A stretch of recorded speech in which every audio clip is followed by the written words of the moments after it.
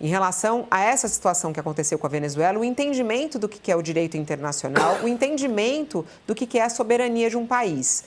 Vamos à declaração do governador de São Paulo, Tarcísio de Freitas. É importante dizer que ele está de férias, né? Ele retorna só no dia 11, se não me engano, de janeiro, mas ele fez questão de colocar nas redes sociais um vídeo e uma declaração comemorando a captura de Nicolás Maduro.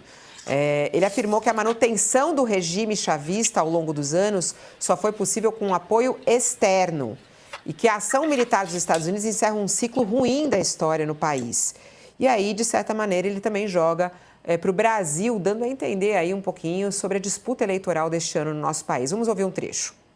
Hoje o mundo amanheceu com uma imagem simbólica, um ditador cruel e corrupto capturado. Mas por muitos anos, milhões de venezuelanos também foram capturados. Perderam seus negócios, foram obrigados a deixar o próprio país e viram a esperança ir embora. Uma ditadura não cai da noite para o dia. Ela corrói lentamente, apodrece por dentro. As instituições vão morrendo aos poucos e o preço é altíssimo. Custou a liberdade de inocentes, os direitos políticos de opositores, a prosperidade da Venezuela e de seu povo. E tudo isso só foi possível ao longo do tempo porque houve conivência, omissão e até apoio explícito de quem insistiu em chamar um ditador de companheiro. Enquanto isso, famílias cruzavam as fronteiras, crianças abandonaram as escolas, perderam a infância, pais venderam tudo para recomeçar do zero. Nós acolhemos vários aqui de braços abertos. Pessoas que antes sonhavam em vencer passaram a lutar apenas para sobreviver. A ação de hoje não devolve o tempo perdido, não apaga as histórias interrompidas, os anos de sofrimentos, mas abre uma janela de esperança. A possibilidade de vencer o terror, reencontrar a liberdade, reconstruir o futuro. Que 2026 começa agora, marca o início de um novo tempo para o povo venezuelano. Com eleições livres, justas, paz, prosperidade. A Venezuela agora está vencendo a esquerda. E no final do ano, o Brasil também vence.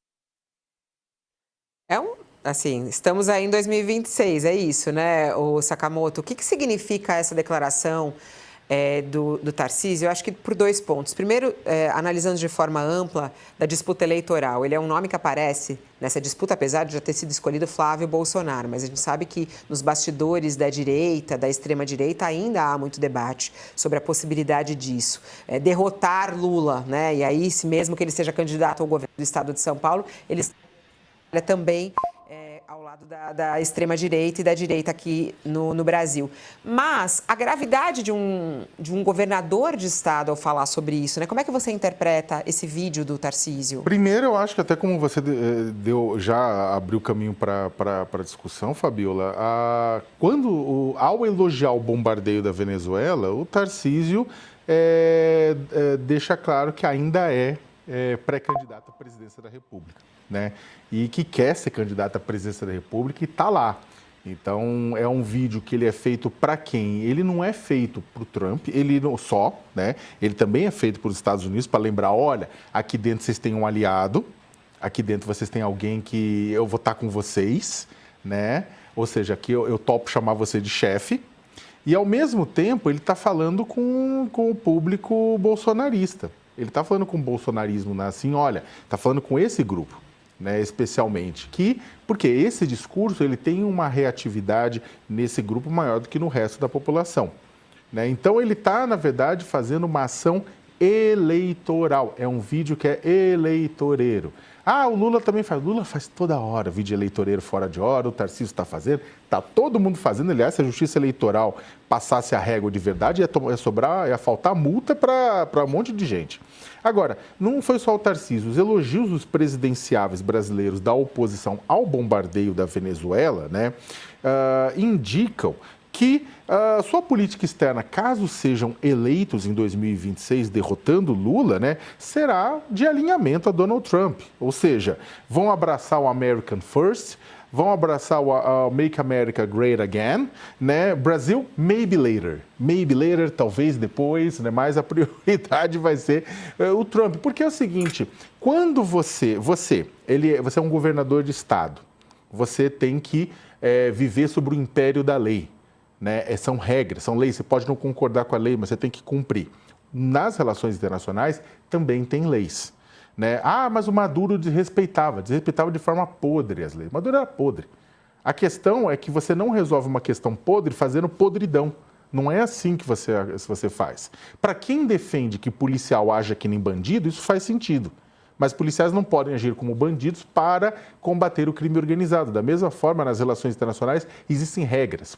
O Walter colocou aqui, tem a Carta das Nações Unidas, tem regras internas dos Estados Unidos que foram atropeladas. E mesmo assim, você tem governadores que foram logo depois, Fabiola, do ataque, vieram às redes para elogiar. Todos esses governadores fizeram a mesma coisa que o Tarcísio. O Tarcísio gravou um vídeo, mas não foi o único, né? Ratinho Júnior, entre outros, colocaram-se também e agiram de forma eleitoral. Da mesma forma, o Flávio Bolsonaro, da mesma forma, Michele Bolsonaro, que também são presidenciáveis, todos eles agiram dessa forma. Vamos lá de novo, só para concluir. Porque é importante fazer esse disclaimer a cada 5 minutos, porque a gente está vivendo um grupo que as pessoas não leem. As pessoas ficam em torcida organizada, assim, loucamente, e não leem. Vamos lá, para desenhar, tá? Maduro, ditador, fraudou eleições, tratava de adversários com punho de ferro, atropelava direitos humanos, merecia ser retirado do poder? Sim, pelos próprios venezuelanos, né? Trump age de forma autoritária, atropela Congresso, atropela a ONU, bombardeou barcos sem prova de que tinha problema, matou gente, sequestrou Maduro, né? E sobre a justificativa de que estava caçando drogas, mas na verdade estava de olho em petróleo.